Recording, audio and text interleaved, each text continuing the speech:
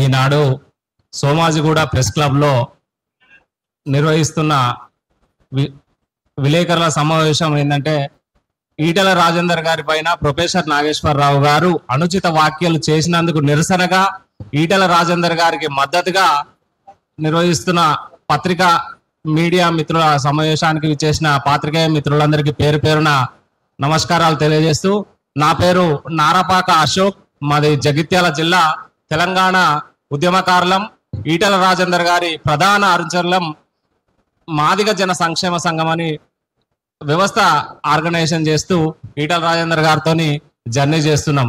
ఈరోజు ప్రొఫెసర్ నాగేశ్వరరావు గారు అనాలోచితంగా ఈటెల రాజేందర్ గారిని పైన అనవసర వ్యాఖ్యానాలు చేస్తున్నారు.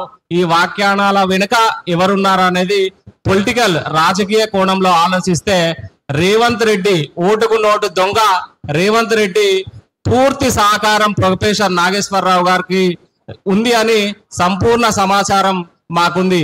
ఇలా ప్రొఫెసర్ నాగేశ్వరరావు గారు ఎట్లా తయారైందో అంటే, గతంలో తెలంగాణ ఉద్యమం నడిచినప్పుడు తెలంగాణ ప్రాంతంలోని కొందరు నాయకులు ఆంధ్ర ప్రాంత నాయకుల మోచేతి నీళ్లు తాగినట్టు ఇవాళ రేవంత్ రెడ్డి ఎంగిలి మెతుకులకు ఆశపడి ప్రొఫెసర్ నాగేశ్వరరావు గారు ఈటెల రాజేందర్ గారి పైన అనాలోచిత అసంబద్ధత వ్యాఖ్యలు చేస్తున్నారని తెలంగాణ సమాజం అంతా అనుకుంటుంది. ప్రొఫెసర్ నాగేశ్వరరావు గారు మిమ్మల్ని ఒకటే హెచ్చరిస్తున్నాం మేము, ఏంటంటే ఈటెల రాజేందర్ గారు తెలంగాణ ప్రజల మనిషి, బడుగు బలహీన వర్గాల, అణగారిన వర్గాల ప్రజల పక్షాన కొట్లాడే వ్యక్తి ఈటెల రాజేందర్ గారు.